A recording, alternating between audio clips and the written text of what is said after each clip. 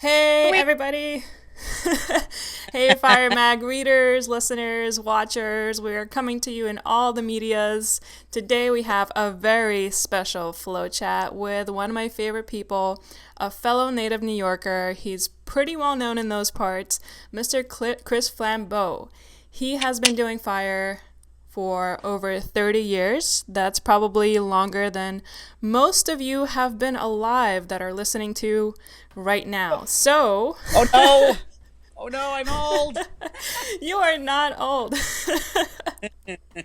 I didn't say how old you were. I'm over 30. I could have I'm a started playing very fire when I was 2. Maybe you did too. girl.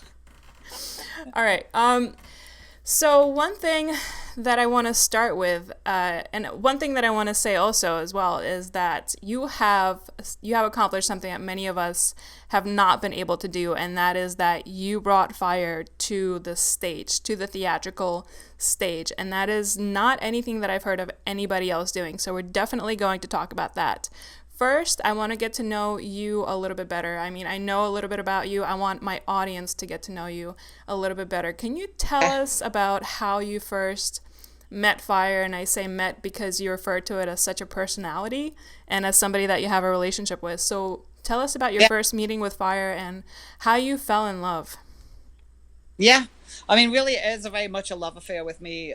As everybody knows, it's I think that a lot of the stage presence that I have when I'm with fire, like literally when flame goes on, is just because I feel like I'm in the presence of my most favorite entity, my most favorite living being, which is the flame, and it's always been that way. And I was very from the earliest of ages. I'm from Scotland originally, so we were raised around a coal fire, and from the earliest time, that fire was way more important to me than to other people. I mean, it's important to everyone. It warms the water for the house, it warms everybody in the house in the cold. It's the center of everything, everybody gathers around it. It was way more than that to me. It was almost like that person in the room that you're supposed to ignore, that you just can't stop staring at. For me, it was an obsession. And in Scotland, like I was brought up in a coal mining town, so there was like plenty of that. It was always about the fire. And we used to have things like really intense Guy Fawkes rituals, like the burning of an effigy in the village green and stuff like that. And of course, people know about Guy Fawkes, but in Scotland, it harkens much more back to the whole Wicker Man thing from the prehistoric days. Guy Fawkes is just a tiny part of that story. And so, like, really, in all honesty, we had like blacksmiths and like fires in the middle of town and a lot of stuff which is I can see now that it's very oldie worldy. You know, it's very much from the old world, Mm-hmm. and it all centered around fire. Scotland has got a lot of obsessions with fire, as a matter of fact. And from the earliest age, I was just riveted by that. It was almost like that was like the girl I wanted to fall in love with. That was the friend that I needed to make, and it was always like that. I've always had a huge respect for it. Gypsies were had a camp really close to my house, which is on the edge of a big moor, and I just went there the other day because I was back in Scotland. But the gypsies are gone.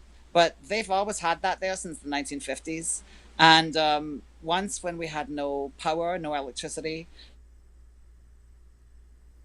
like they allowed, Hang on, you're breaking and up when, just a little bit. yeah, Yeah, yeah, they yeah. came in and did fire shows in the center of our village, and that to me was it. I was 7 years old. I saw these gypsies come in. They were already a bit of a fascination for a kid like me, of course. I went on to get to know them. I went on to travel with them. But when I was young, they were a source of fascination. Stay away from the gypsies. And then, like, of course, like then all of a sudden they're in the center of town, they're breathing fire and they don't give a shit. And I was just like, whoa, that is my version of God. That's what I want to do with my life. They are absolutely in there with the fire, in there with the danger, they're in there with the flames, and it's like their personal pet tiger. And so, like, that's what I wanted. And so from the age of 7, I pretty much I pretty much got that inside me from the age of 7, and never gave up on it.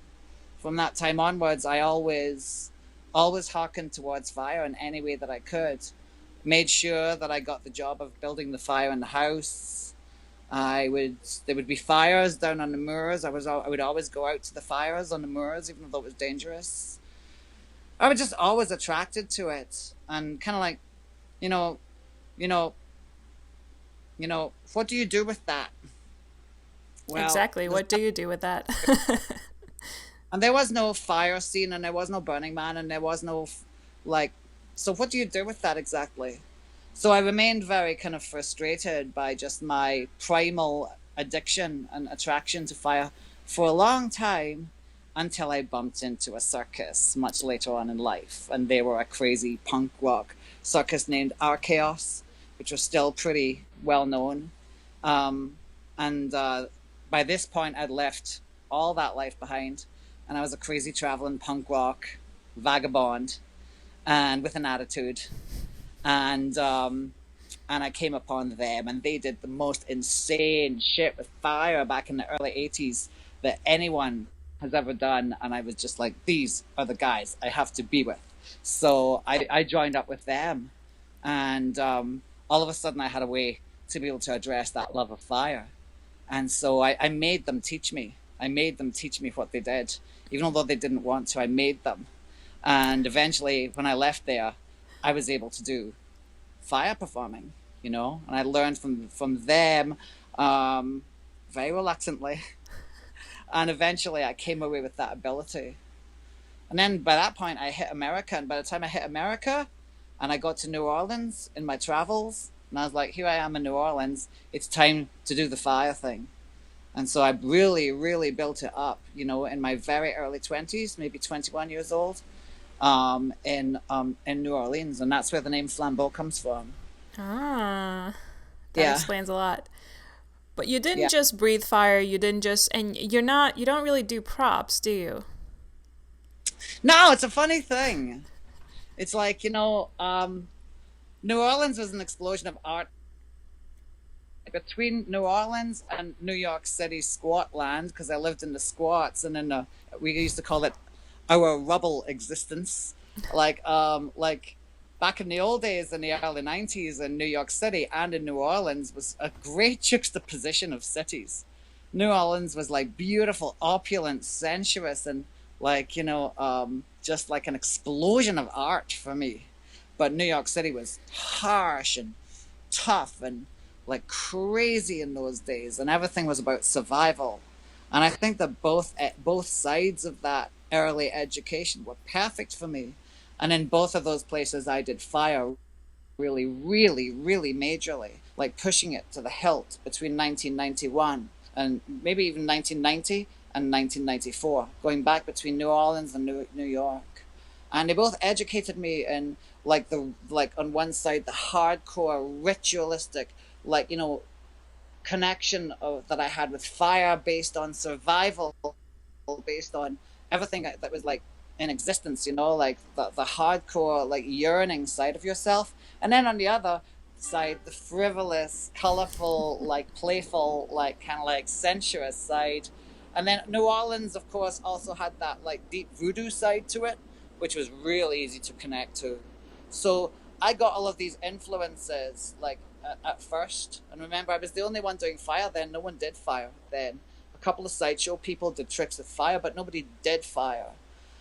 But like, between like, being able to like, really push like my sculpted artwork, which, I started in the rubble in New York, actually, just by pulling things out of the trash and pulling things out of the rubble, and pulling out old electrical wires out of burned out buildings, and like making fire headpieces from them.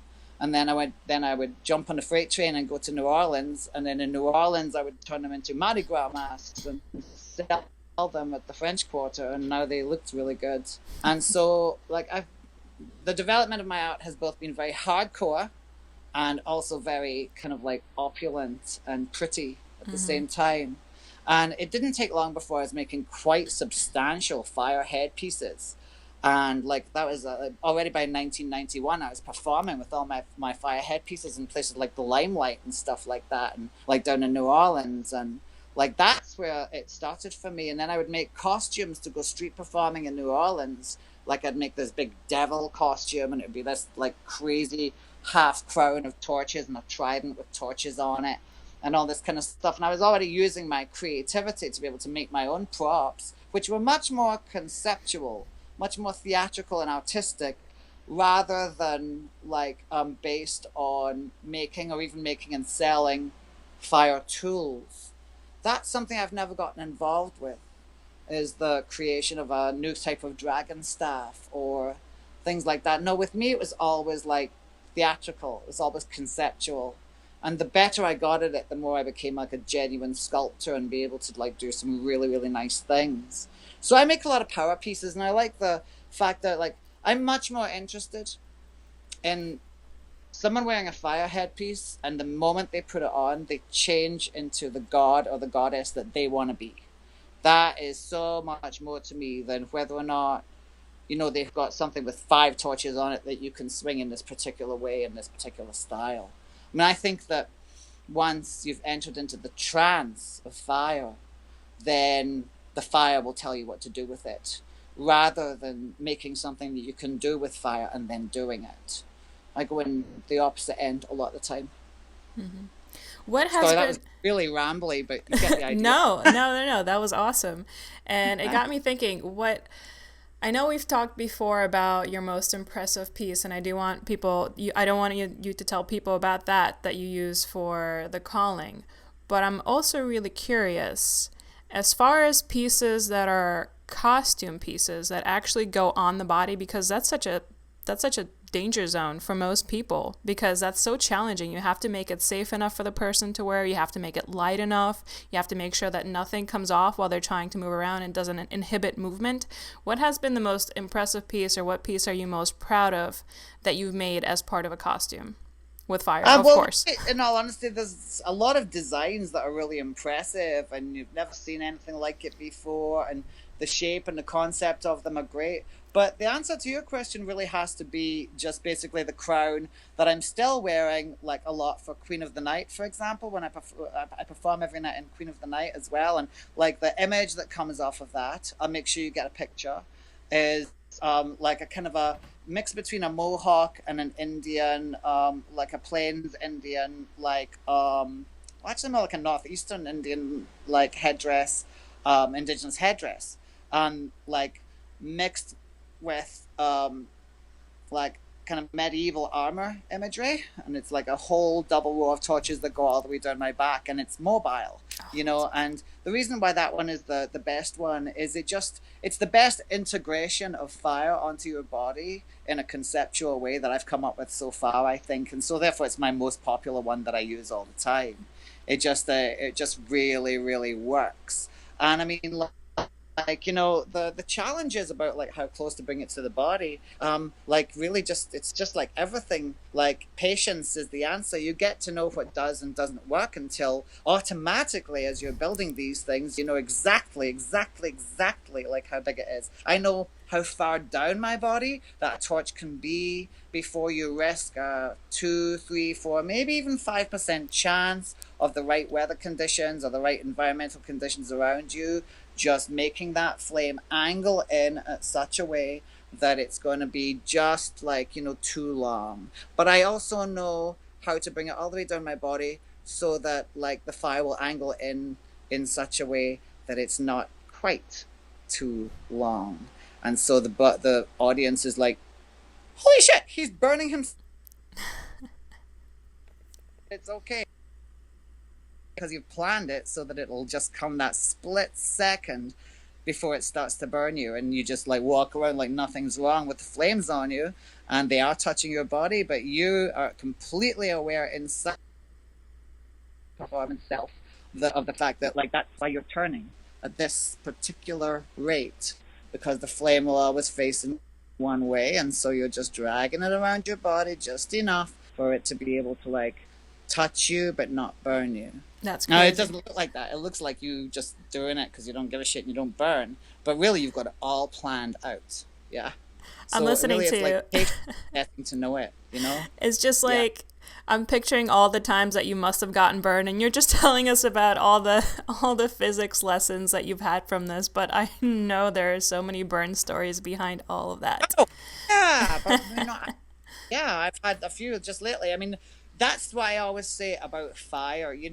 I think it's quite well known that like I left my cozy little part of Scotland and I threw myself out into the world and I hitchhiked and traveled on the freight trains and stowed away on ships and did everything I could to get around I had my adventures. In the course of this, there was a lot of psycho things that happened. Make no mistake about it, as well as all the awesome stuff.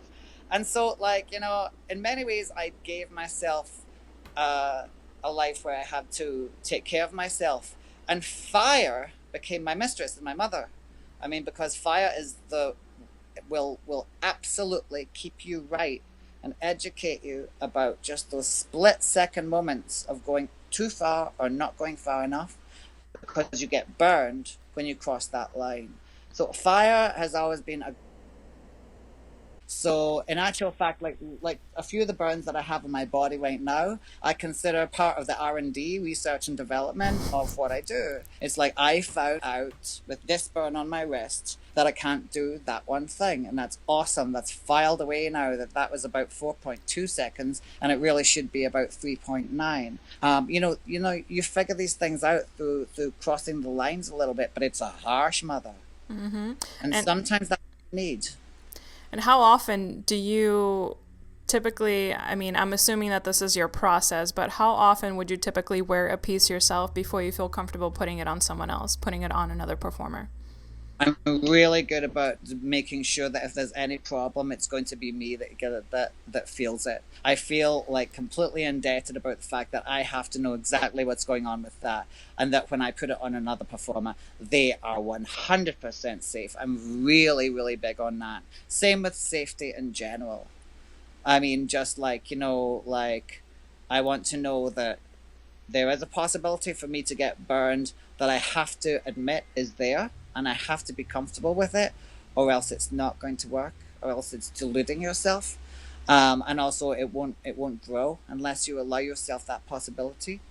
But having said that, when it comes to other people, I mean, that's that's a whole different ball game. So I want to be 100% confident that everything's cool before I put something on someone. And just like, with my relationship with the fire department has allowed me to do an awful lot of stuff that's really amazing, because I've built up their trust and so forth. But like I was telling you, like I first went to them when the Rhode Island disaster happened. When the Great White disaster happened and all those kids got killed, because I realized at that point that, like I would never be able to forgive myself if something happened to other people, or if I caught the venue on fire, basically. So, it's very much in the foremost most of my mind is the idea that if anything's going to happen to anyone, it's going to be me. And, and I have to maintain the standards to be able to operate like that with a clear conscience, knowing that that's the case. And I do my best to do that. But again, playing the fire, you have to be realistic. So you always have to be like refining that. Absolutely. And I'm assuming that most of the performers that work with you, they kind of have an understanding that this is still inherently dangerous. And I'm sure you do a great job explaining that to them as well. I don't know if you make them sign a waiver or anything like that, but I'm sure they understand, and they accept that sacrifice if it happens or if it's Yeah. necessary. I mean, again, like people tend to like with the company Flambeaux Fire, we get really official with our stuff, but at the same point, we've never crossed into the territory of the territory you've just talked about. Instead, I would much rather have it so that like patiently we build up a slow relationship by watching, waiting, then watching us, getting involved in each other's progress, nice and slow, until there's a really good relationship and an understanding anyway of the fact that, so that I want them also to understand me and our limitations, so that they can be like, yeah, Flambeau Fire is great, but in some ways, the one thing that they lack is that, I've noticed, and so therefore I would rather fill that gap myself. It's I'm not like this complete wonder master of everything that could be done with fire. I like to get involved with the performers also that can help me to figure out how to do something right.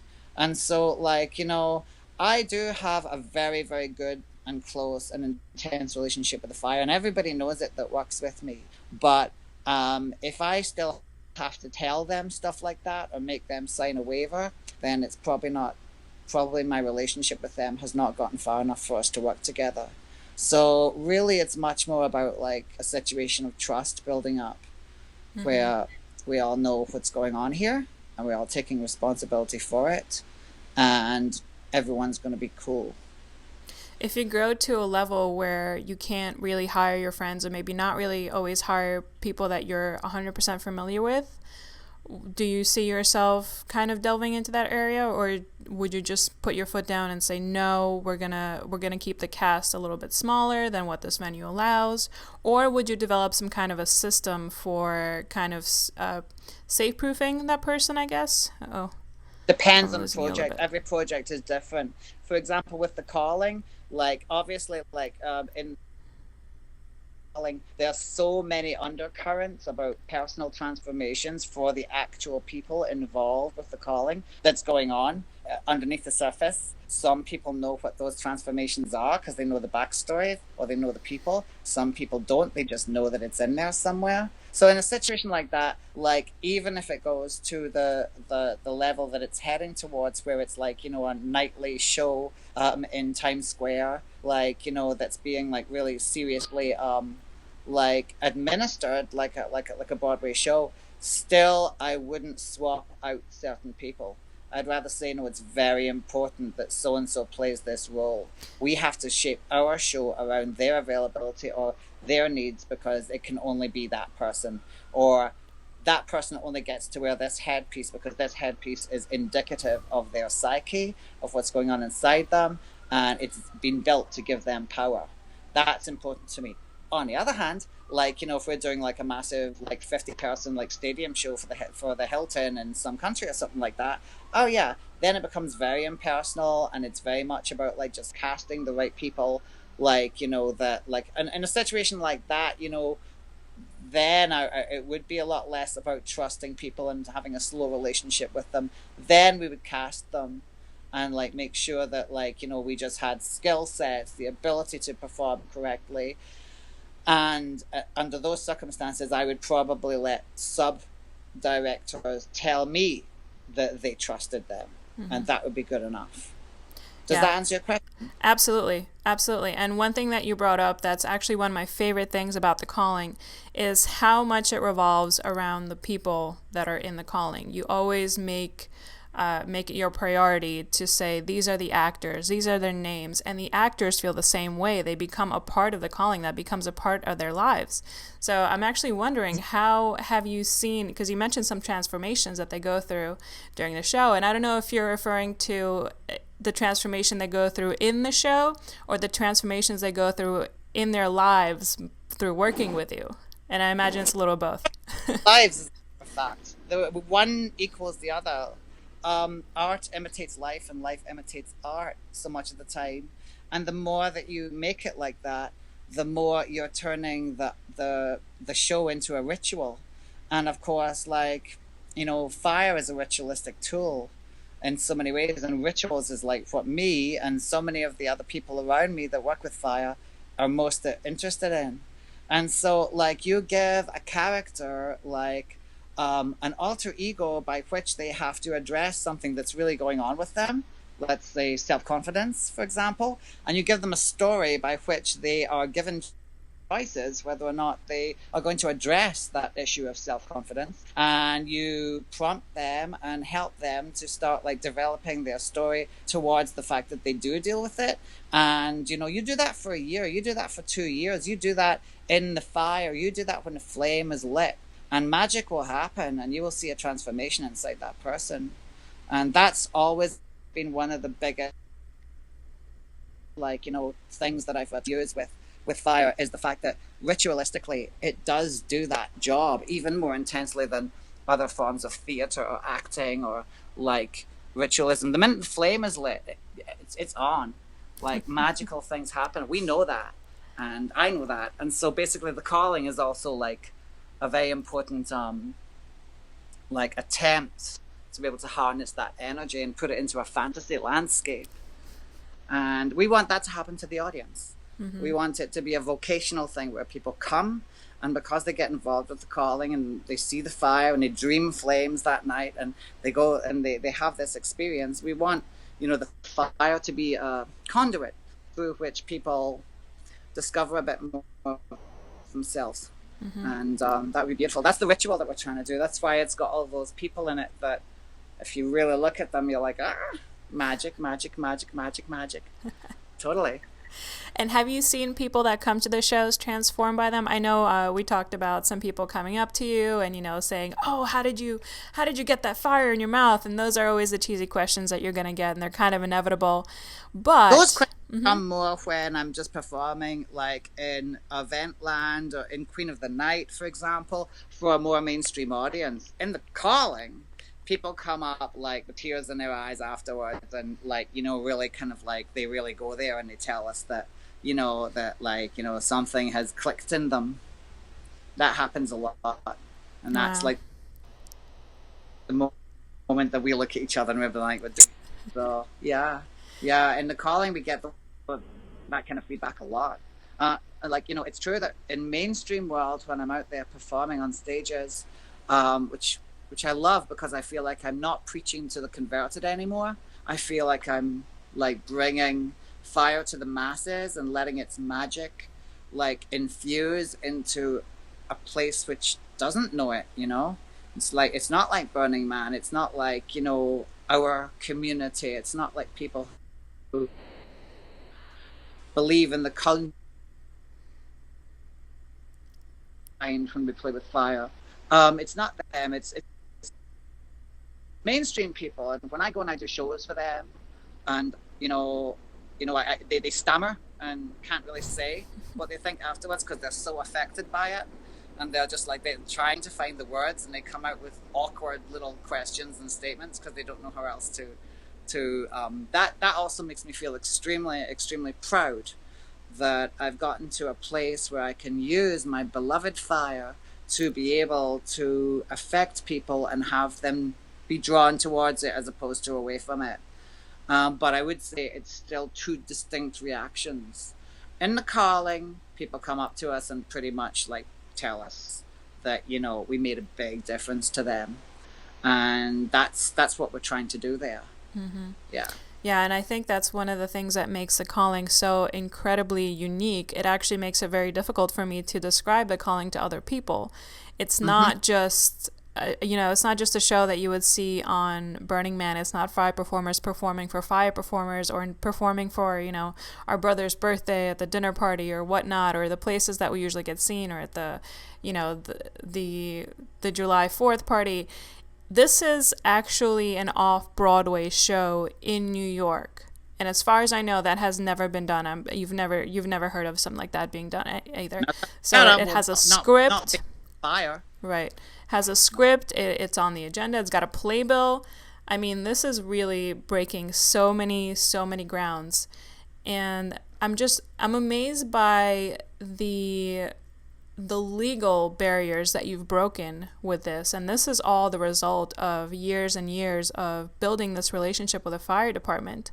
Can you tell us about that first interaction that you had with the fire department? I know you had mentioned it was after that show in Rhode Island. What's fun is like they used to bust me, and like close down my shows and stuff like that. The whole thing that was back, I came up very much from the streets. Street performing was like how I got it all started up. But then I went into the clubs and through all the clubs and the Limelight and like the whole club kids scene and the Tunnel and all of them. And then it had a few years specifically as those big club like fire performance that I did. I was like well known in the club circuit. Then through strip clubs and then the fetish scene and then into cabaret and performance art. And then like just all these different types of stages, but none of them entirely legit. So I've got a really kind of like underground backing. I came up through the underground. That's the only way to come up with fire, But then all of a sudden you're confronted with the overground, with the mainstream. Can I bring it there? Is that even possible? Well, I think, and I don't mean to cut you off, but I think that's actually changing now. I think now we're at a place where you don't have to start in the underground. We've got schools, we've got what you're doing with theater. Oh, I know. I mean, that's so, even yet, I tend to forget that. I mean, it's not like I'm not involved in it all. I am, but like really, and honestly, my own personal, like, like story was like with none of that support network and none of that, like, kind of like culture going on. And so, yeah, I came up like completely independent of that.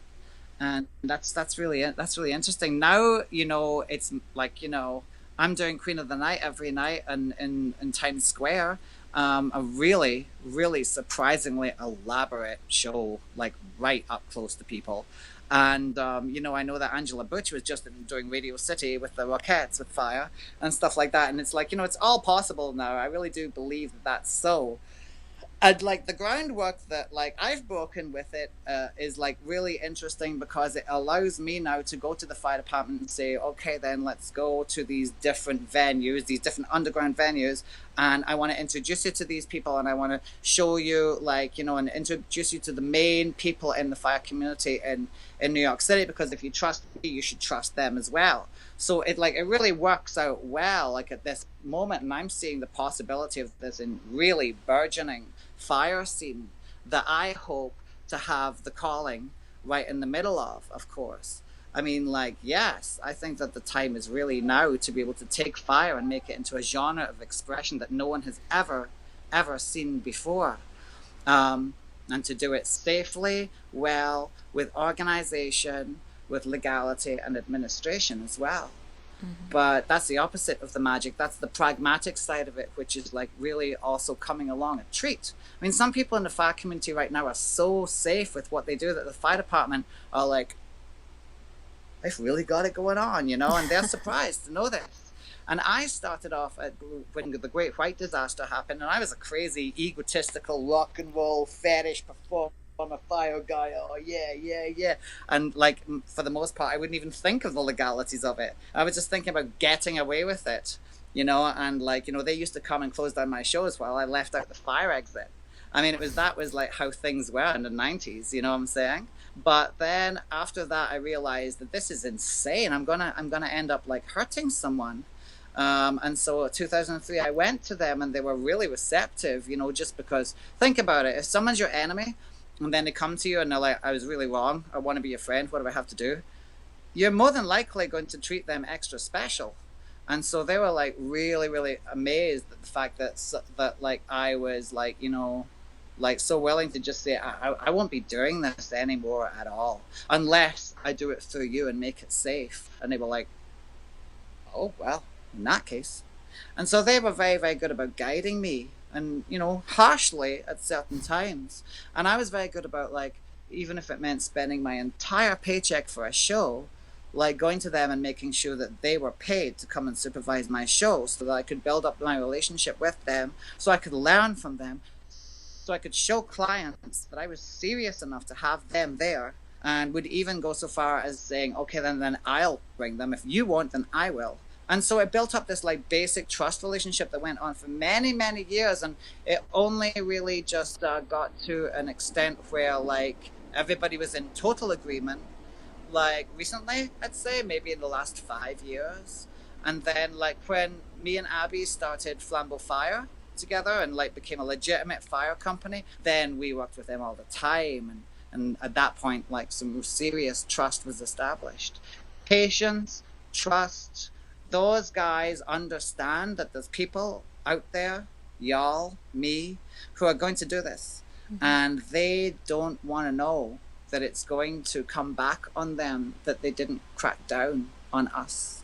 So therefore, if they feel safe and they feel like people are really striving towards rather than away from doing the right thing, they will pay attention. And actually, at this moment, I can't speak for them, but I will say that I've noticed a tendency to help rather than hinder. And that's a really, really large part of what's going on right now. I mean, I can go to Metrotech and meet with the fire department and like, be able to say, okay, this is what I feel is going on in the fire community right now, and they will listen. And that hasn't happened like until the last 5 years. So I'm glad to have gotten things to that place and be able to like, start legalizing venues, start like, you know, making it so that there's places to practice with like helicopters overhead. So, you know, start making it so so this can come out of the cold. Like I came out of the cold in 2003, you know, and so forth, and like really be able to like, and like, what do I get out of that? Well, what wouldn't I get out of that? You know, I'm a part of the fire community as well, you know, and like, you know, completely reliant on the fire community now that I do things like big shows like The Calling, you know. Mm-hmm. And so apart from the fact that it just should be done and it like, you know, helps propagate the fire, it's also really cool because I intend to have The Calling. And, you know, to be able to have a theater in Times Square, like have massive, colossal, the largest fire shows in the history to happen every night, like doing, and that's, and like I'm noticing like the fire community have got safety standards sometimes which are just so thought out, and like, you know, and so beyond even what I do, that I'm just really impressed, and they are too. They're starting to take notice all over the country. And like I asked Tara McManus, she's like Fire Community Central in New York City, in my opinion. I ask her what's going on out there as she comes back from the festivals, and it's just always the same kind of like story about like, you know, about the fact that more and more people are like addressing the fact that there is this fire scene that has this type of communication and expression that has to be addressed now, and that it's best to address it in a positive way rather than shutting it down. Mm-hmm. So I mean, like, so that's pretty cool. Yeah, I mean, when absolutely. I came here in 1989, I was the only guy who did it, apart from a couple of like sideshow people who stayed in sideshow. I traveled around on freight trains, did it everywhere. You know what I'm saying? And like in those days, believe me, you couldn't see even the slightest possibility of the opportunities that there are now. But now, it's 27 years later, and you know, it's like, it's quite drastic how much possibilities there are for fire. Absolutely. And one thing that you were saying is that, you know, the part of the reason that the fire department wants to work with us is they don't want to be liable for injuries. They don't want to be liable for the audience. But if you don't approach them first, then they're not. So if you go there and they refuse to help you and someone gets hurt, then that's at least partially on them. So if you go to them, it's very unlikely that they will turn you down, that they will say no. I mean, I've heard of it happening, and it blows my mind, but hopefully it doesn't happen too often. I'm glad it didn't happen to you. I'm glad that you've made New York really open up this, you know, the New York authorities be really so much more open to fire performers in the fire community and and acknowledge them to such a greater extent. But have you seen this effect really ripple out? I know you said you don't go to a lot of festivals, but have you seen it sort of ripple out to other states as well? I know it's happening a little bit in Georgia. I know that for a fact. I heard Portland's got some good things going on. I get the impression it is right here out there. You know, like I said, like I get like reports coming in all the time. You know, and like, you know, people who are just back from places like letting me know where it is, and it does seem like it's like pretty much that way. Honestly, it really does seem that way, especially compared to the past. I mean, like, you know, the thing is that, like, having said that, you know, like, the fire department is also going to close you down still if you go to them, if you don't show that you're on that upward trajectory. You know, there's, if you're like, I don't know, I came to the fire department, should be enough, you know, let's do this. They're going to be like, well, no, you still haven't done these different things that we said you'd have to do. And like I said, you know, like, you're going to have to get used to, even if you don't like it, the idea that you have to approach the venue and get all the paperwork for those curtains ready to show me that they've been fireproofed, you know, within the last year. If you don't have it, there's simply nothing we can do for you, mate. And so, you know, like, you know, they're going to like guide you, but basically it's awesome because they're guiding you how to do it right. They're guiding you how to make this so that this is now like seen like a dance performance or any kind of performance. So it opens up the doors to you to do it indoors, theatrically, all these different things. And you just got to keep thinking in that direction and making sure you do the right thing. And if you do the right thing, so will they. And if you do the right thing, it'll happen in general. So there's just nothing wrong with like the process of having to like legitimize more and more. It's a very good thing. So let's say that I want to start a show in my area that's another version of the calling. Obviously not the calling, but I want to have a theater. I want to make sure that I'm totally legal and approved. And hypothetically, don't get too excited. And I go to my fire department. What do I say? What do I ask? What do I tell them? Who Oh, do I see? and I mean, like, the thing is, and this is another thing. This is another reason why I say that fire departments are really coming a long way, because they are actually talking about standardizing in between all the different states a way to do this, so that no matter which state you're in, there's always just one process that you follow, which, in this United States of 51 states of America is actually quite a big deal, because, every state has its own law and so forth. Well, but that's on its way. As for now, there are different ways of doing it. In New York City, what you do is you actually call up the fire department and you ask to get passed through to the explosives unit, because the explosives unit that used to like detonate cars for movies and stuff like that, of the fire department, actually got given the task of supervising fire performance. So, like, you basically ask for the explosives unit and get passed through to that office and tell them you're a fire performer and you want to know what it would take to achieve a fire permit. Basically, that's the official thing that you're asking for, is a fire permit. There's a lot more goes with that, but basically that's what you're trying to achieve. And then you'll get passed it to the right person who would show you what the process was, of what forms you had to fill out. Yes, no doubt about it, and so forth and so forth. And then, like, they would start telling you the different things that they needed. That they needed to see insurance for all the people involved. They needed to, for themselves as well as the venue, to be additionally insured on those insurance certificates. They needed to see, like, there's a whole row of different paperwork that once you start getting used to being able to like provide that stuff, and it runs like a clockwork.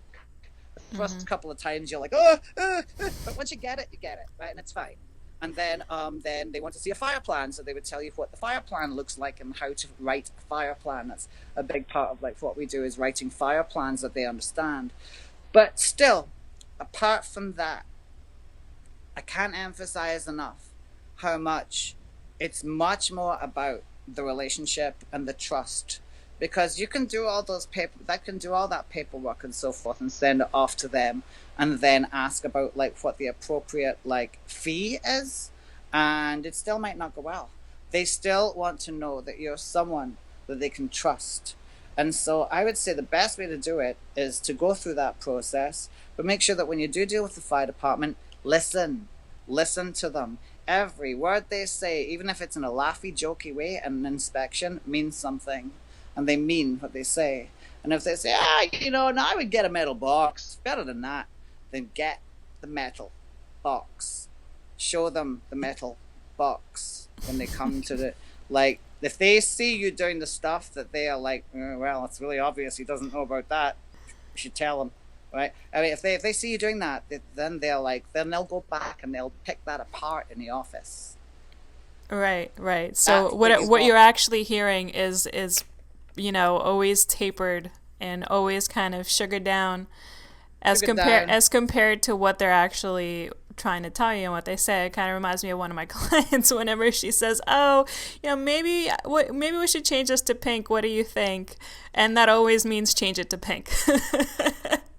You will save yourself time. Maybe reasons for not being more forceful in the way they say it. Leave that to them and just get on with your side of the street, with constantly making your operation better, constantly thinking like them. Like, if I drop a torch, it's going to bounce, It's not going to fall down, and therefore I'm on this piece of a stage, which is all right, and it's flame-proof, so I'm not going to worry about it. No, think about the bounce. Think about, like where it's going to bounce, where it's going to roll to. Think about cavities that haven't been filled. Think about, like, any little problem that you see around you. Start training your mind, and so that you can make references to that during inspections, when you're talking to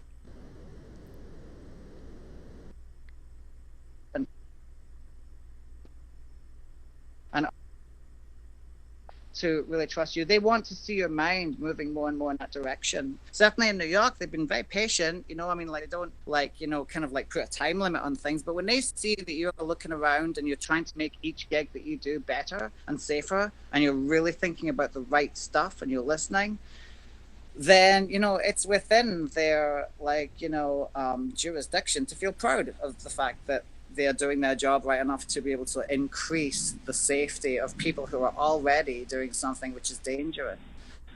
You know, Mm-hmm. that's a good thing for them. They'll a reader, and there's a process for it, but really it's a lot about, like, allowing these guys who know what they are doing to be able to, like, really trust you. Mm-hmm. Takes a while. Doesn't matter. Who cares? If you have to pay them, figure it out. I don't know. It'll be all right. Concessions will come. Things Yeah. will be, like, assumed because you've got it, but not at first. Just you gotta get there to get there. It's really a lot of hard work, but the good news is that you've really laid a lot of groundwork for us by making your sacrifices and by building this relationship that you have, and by, giving up your paycheck, however many times you've given up your paycheck to have the fire marshal there and to make sure that they Yeah. are getting comfortable with you and getting comfortable with the community that's associated with you. So Yeah. the groundwork you have to do now is so much more standardized. So much, so many steps are cut out because cops and fire department already know who we are. Yeah, it's true. And it's ego to think that we wouldn't have to go through those steps. We are playing with something which can spread across a vast building within 1.5 minutes. I know because I've seen it. And, like, it's like, really, in all honesty, it's the most dangerous tool, but it's beautiful. And when it's in your control, it's your lover, your friend, your goddess, and your temple. But it has to be controlled. And in this plane of existence, we go to whoever is there to do that, and we make sure that everything is copacetic. Because if we're trying to avoid or not work with the people who have been put here in this stupid little bureaucratic, like, place we called Earth, and we are working against them, then we're not using all the resources around us to be able to fully express what's in the flame. Mm-hmm. And sure, like, some fire departments might be assholes. Some guys might be like, what? One thing I can't stand is these kids that are throwing the fire around. Sure, that's realistic. Sure, but get to know it, because you might not. You might be extremely surprised. Absolutely, absolutely. So right now, with where the calling is, and just because many people, I don't know if they're familiar with the progression, but this is actually episode 5. So it has progressively gotten a larger venue or a more publicized venue as it's gone up in episodes. No? The more that we've been able to work with the fire department, the more that we're able to fully, like, publicize it. Mm-hmm. I mean, the more that it's like, we've gotten their backing, the better that I feel about advertising in the papers, etc., that we are doing a massive fire show, one of the biggest things that happens outside of Burning Man. But at first, when we were only okaying the props with the fire department and so forth, and not going the full way with them, way back in 5 years ago when we began in the welding shop, because we didn't have to have them there because it was a welding shop, so it was okay to have fire in the proximity of the public, technically, which is like how the calling started. It was like, a very gray area as to, like, whether or not we actually needed the fire department there. So at that point we were like, well, we don't really know what we're doing yet, so technically I might just, like, let them find out about it afterwards and have a conversation about it afterwards, because we don't need them there legally. But I wasn't going to trumpet that across the airwaves and, like, in the Village Voice and all this different stuff. That's how the calling began, was like really, really small and, like, fledgling. Now, the more that we work with the fire department, the more it becomes, like, fully covered 100%. And at that point, we can advertise with anyone and, like, take out ads in the newspapers and so forth. So now, I wouldn't say that, like, it gets bigger and bigger every time. There's no doubt about that. and it also gets more mainstream. And we got like serious people coming now, a lot of like stars that are off for the night and stuff like that that don't want to be like necessarily seen. They just want to be in something really cool in New York City, and like people who are important in the theater world and are coming and so forth, and they just want to like see what is this thing that's happening in Brooklyn that apparently is heading towards our stages, because word has gotten around that like because it's a sensational option, it's not just like, oh, let's do Henry Ibsen's play naked, oh, that's pretty cool. It's like this fire show phenomenon from this guy who's in Queen of the Night every night and does all this stuff. He's called Flambeaux or something. And, oh, I know him. Oh, you do? Oh, why? And they've got this thing in Brooklyn. It's like some kind of like messianic cult or something. What is this? What is this? And they don't know what it is. They just know it's heading in their direction. And that production companies in the Broadway world are talking about how to bring it to Midtown. So it's just like, so it's more like that kind of thing. And It's by like Midtown, by Midtown, I just want to clarify, you mean actual Broadway, not off Broadway, but actual Broadway. the actual definitions of what that means is actually very, very bureaucratic. For example, like if it's food served at anything, even if it's a Broadway show, then it's technically not a Broadway show. If it's outside these exact parameters of wherever, like Times Square ends and begins, and like halfway down Broadway, if it's one block outside of that, then it has to be known as an off-Broadway show.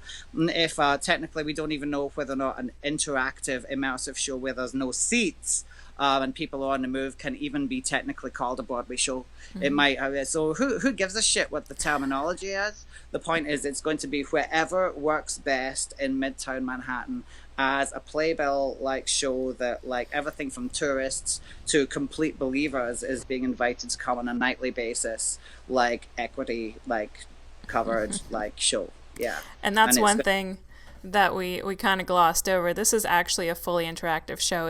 I know when I saw it, I think it was episode 2, that was the last one that I went to before I moved. It was fully interactive. There were no seats. You literally followed the actors and followed the fire up and down stairs as the show went on, and you were part of the show. Is that still the case? This one in C5, it becomes revealed as to what the concept behind that is, and it's a very beautiful moment when the audience suddenly realizes who and what they were in the entire calling. It's a very important to go and be called, because that's the nature of a vocation. You have to put work into it. At this point, it's like all bets are off and it's open season. But up until now, we've really wanted to like call people from far away and watch them walk towards us. And so also during the show, we want this image of like people walking across the desert, carrying torches, looking for something. That's so cool. And in terms of how far this has progressed and how far this has risen, do you still need anybody present from the fire department at your shows, or is there now a process? Mm-hmm. No. I mean, when I did Queen of the Night, I brought them in, and we worked really extensively on getting that show up. And because also I'm breathing fire like over the heads of the audience and so forth, and that's like a big no. That's almost like classic case never gonna happen. But the only reason I get to do that is because we set up like an exact, very, very elaborate system with the techs and fire safeties that are employed, officially parts of that company, that do an exact clockwork routine of safety stuff that safeguards the audience. Also, they can never be replaced. It's not like so-and-so's off tonight, it's another guy tonight. No, then the show doesn't happen. So always has to be the same trained people who have like signed off on, got their fire guard licenses, and like are completely trained to handle Flambeau's appearances at Queen of the Night. Exactly. And because of that, and because they've come in now, like over the last month, they gave it, of the first month in operation, they were standing at the back being like, clockwork, place to be able to show and to report that exact system is being followed. And so they don't have to be physically present anymore. But that is because it's like a Broadway show, Oh, again, I think Queen of the Night can't be called Broadway show because it serves food. I don't know, whatever. It's Times Square Midtown show, and so so it's because it's that. The calling would have to get to that level before the fire department wasn't showing up. So So just yeah, calling five, they'll be everywhere. okay. But just to okay. So they do have to be present, and it's not because you broke up for a second there. They can't just watch you for like a month and say, "Oh, they're doing pretty good. We can leave them alone now." It's they have to be present at every single show. No, they have they will be present, and we want them present at every show of the calling until it gets to that like serious official place where there's a regular as clockwork system of fire safeties that do exactly the same thing every single night, can sign off on the fact that at 3 minutes and 27 seconds they took the duvet off of that one thing and put it on the other thing so it would be closer to the fire. And if it didn't happen at 3 minutes and 27 seconds, then what the fuck? I mean, like, really, it has to, like, they allow Queen of the Night to be unsupervised technically, because they have people that are in place to make sure that we're following the exact system. Mm-hmm. But it takes a while to get there. And also, like, we wouldn't be able to get that level of trust, like doing things like we are now out in the warehouses in Brooklyn. And why should we? I mean, it's only once you really get to like the legitimate stages, and that the fire department will operate with you in such a way that they trust you not to have them there. Mm-hmm. And it should be that way. That's exactly how it still should be. At that point, are you paying the fire department? Listen, at that point and at that level, that no longer becomes an issue. It's just not as simple as you pay your money and you get them to be there. Like at certain points, like when certain big things are happening, and it's not within the budget to have them there for to be able to pay the fire department this much. That's not what their job is to collect paychecks. Their job is to enable and make sure that these things happen safely. So it's not so much a case of how much you're paying. Mm-hmm. The fire department, when they're on your side, are on your side. I'm really glad that you're pointing out that you're not just going to show up and they're going to say, "Oh, that's great. Let me take your check and we should be good to go." That's not how it works. It is difficult and it can be a little costly. And if that's too much for you and if that's too difficult and if that sounds intimidating, then you probably shouldn't be putting on any fire performances. Stick to the festivals until you've got it to a Right. place where it's possible. Right.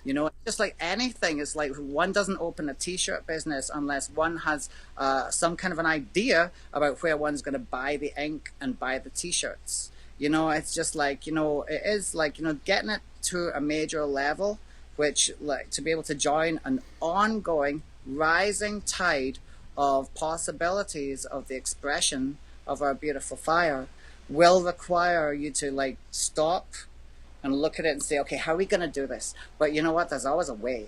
Mm-hmm. There's always a way. Mm-hmm. There's no doubt about it. And you have to Always acknowledge a that way. it's worth it. All the work is worth it. Otherwise, just don't do it. And Do something else. If tell someone if you don't. exactly right. If you just say no, that's too hard, or if you go and see the fire department, you can't decide that it's not for you. That's no longer your decision to make because you're putting other people's lives in danger. Mm-hmm. Mm-hmm. Very Yeah. cool. So, in the progression of the calling, you must have made, I don't know how many fire props, not just for costumes, but to really submerge people in this fire environment, because that's essentially where most of the calling takes place, right? It's in a place where fire is just this primordial element like water, where you just can't live without it as part of everything. The idea behind it is that when fire was first discovered by humans, then it created two levels of people: those who leaned towards it and those who leaned away from it. And those who leaned towards it found themselves more and more unwelcome from the people who leaned away from it because they spooked them out. And they also found that they had abilities to be able to commune with the fire. So Flambeaux, the fire shaman, took them on a quest to be able to find a new world. And they finally found a new world out there where fire is as common as water and it does not burn. and that's where they put their head. And so for hundreds of thousands of years, these immortals have been living in the fire world, far away from Earth, which they keep track of every so often. They're like, oh yeah, silly Earth, you know, and that they're in an alternate world. Now, whether or not you believe that that's what's going on is also very important, because also you are presented with the possibility that these people are all just living in their own heads, thinking that they're in some other world. You're never too sure until this one. This is the one where you find out which one it is. Oh, I'm so mad I'm missing it. But things went disastrously wrong in that other world. Oh. You know, egos got in the way because fire creates ego a lot of the time. And it is a real, genuine thing that I genuinely believe that although ego has a place in the world of a fire performer, it is also inherent in the danger of fire as well. And if you get too wrapped up in your ego, bad things will happen, including you will get burned. So you have to be able to know when to let go of your ego and understand that you're a vessel, and it's not like just to make you cool. I mean, I've been there, believe me, but you know, it has to end at some point, and ego has to go away. That's a big part of the world of the calling, is that now they've jiggered themselves completely about becoming too egotistical. So a whole band of people that were once a pantheon of, like, you know, gods that were in complete connection now hate each other. They have different worlds. They're at war. There are different warring factions against each other. So many of them, like, have tacit alliances, but they hate each other, kind of like Game of Thrones. And now, like, the whole world is, like, you know, been laid waste, and the cultures they have created have crumbled, and, like, you know, it's just no good anymore.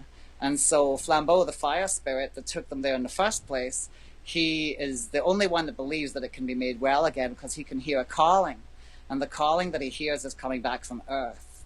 And so he goes back to Earth to find out where the calling is coming from, and he finds Kasara, who's also been hearing him calling. But both of them don't even realize until they get together and come back to the fire world to solve the problems together. They realize that they're both being called towards a much higher plane of, like, you know, answer. And that's and then they go on a quest to be able to unite all the tribes together and answer the calling. Mm-hmm. And this is all progressively happening as the episodes are going on. So while each episode can be a standalone show and works just fine as a standalone show, it's also an epic. It's also an ongoing, what do you call it? I think it's an odyssey, right? Yeah, I think yeah, that sounds right. Isn't it? Let's just say that. Yes. Yeah, so cool. That's basically the size of it. And we also know that we can keep that going forever. But as it is 1, 2, 3, and 4 and 5, that's the official script. 1, 2, 3, 4, and 5 is what would be condensed into one high-powered version for the stage in Manhattan. Oh, wow. That's what you would be going to see. And it's also what the book would be. But, of course, there's so many spin-offs. Like, you know, we're talking about, like, there's so many spin-offs, you know, I mean, like, what happens, like, you know, how did they get there? How did they get to that, you know, like, what's the story of the Golden City? What's the story of, like, you know, of Dark World's, like, demise? You know, like, there's so many, like, different things we can do with that. Mm-hmm. But there is one specific and actual story which is in script form and is in a safe in Manhattan, copyrighted, and, like, isn't supposed to be seen until certain people sign certain things. Nice. Oh, I'm excited for that. Sweet.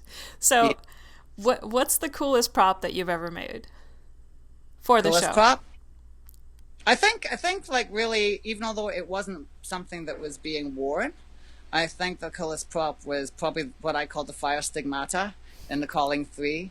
I loved it so much. I wanted a moment where, like, you know, like, Kasara, like, who's trying to prove herself to the tribe that she can lead them, but is also really insecure and doesn't really know this world at all, and she's failed, and but she falls into a trance and rises up with a fire stigmata, is what I think, and it covers the entire sky, and it sends a signal to the rest of the fire world that she's here. And so how do you do that exactly? You know, and so, like, we, like, you know, like, I came up with an idea and we put it together where it was just like 3 like 30-foot long, like, kind of fire tornadoes that rise up out of her hands, if you like, and how to make them turn. And like, you know, I never really want things so that you're like, hang on a minute, I can't tell the difference between that and a real fire tornado. I don't understand. It's like I'm not interested in like really literally trying to make something like a magic trick. I want to do our version of it, our tactile, primordial version of that. That's very much my style of art. And so therefore it was our interpretation and the way that I could see to make it happen, but it was beautiful, you know what I mean? Yeah, And pictures. really like gave off that concept where like, there's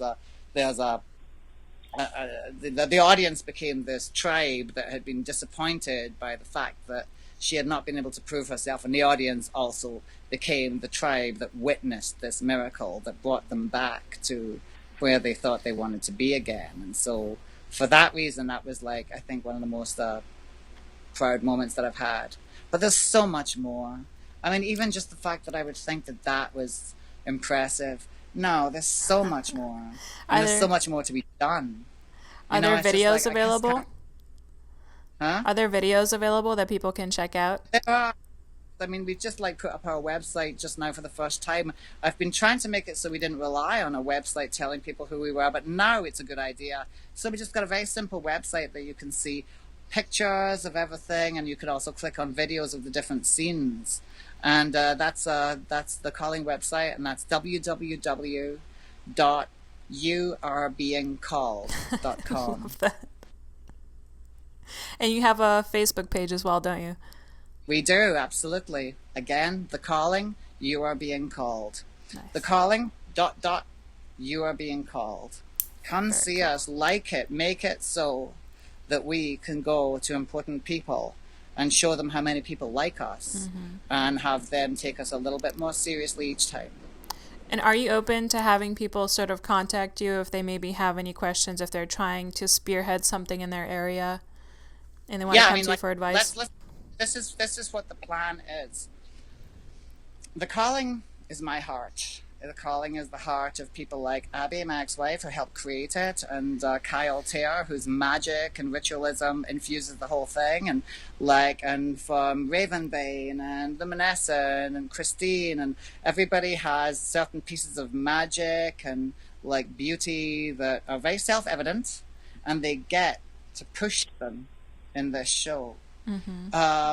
But having said that, the calling, which I hope is really, really successful, is also a way into being able to start a number of new fire enterprises up. And after the Calling 5 is done, I want to be in such a place where I can have people reach out to them and see what the different possibilities are so that it can become a lot less myopic and can spread a lot more.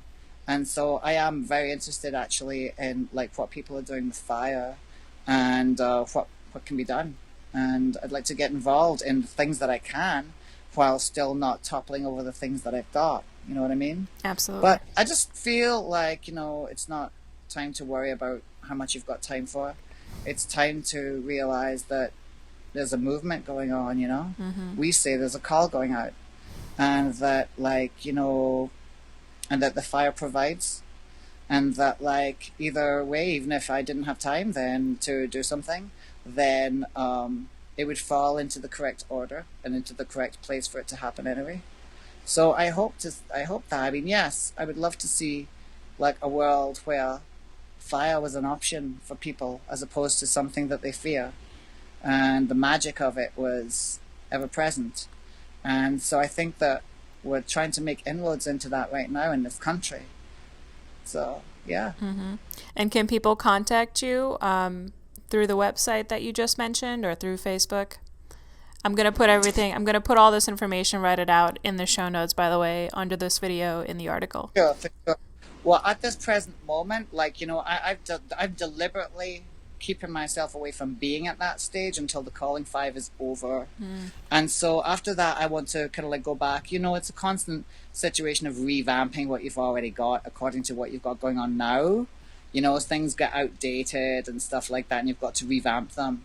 And so, after the Calling 5 is done and we start heading towards Manhattan and the organization that's needed for that, through this winter, I hope to be able to make it much more of a fire production company with Flambeaux Fire, I would say personally, get in contact with me through Facebook, like personal message.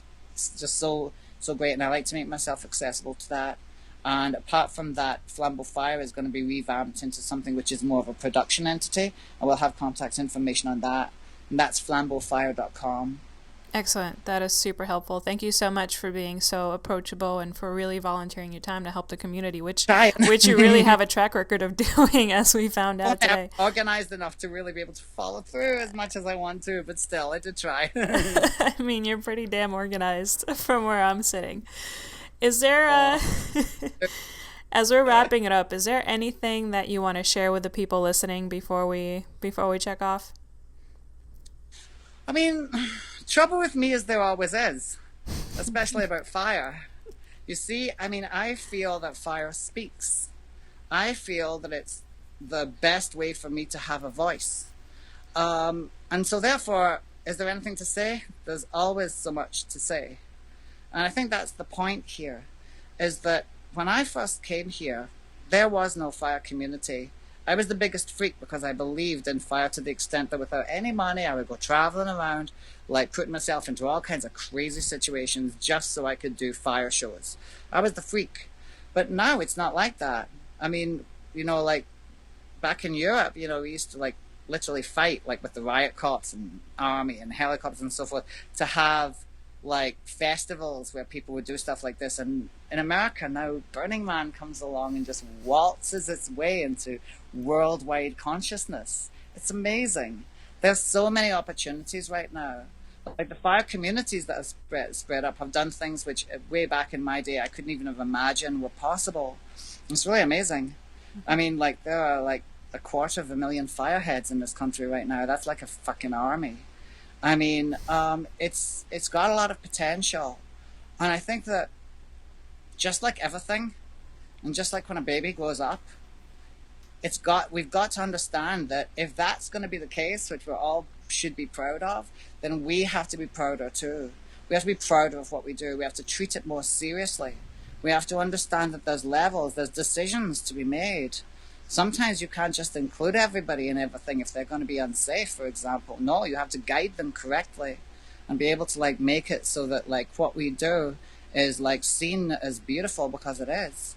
It's a tall order still for many people in the mainstream to imagine that their son or daughter, just because they run off to Burning Man and spring fire on themselves, oh, like good for my little daughter or good for her, she's self-empowering herself.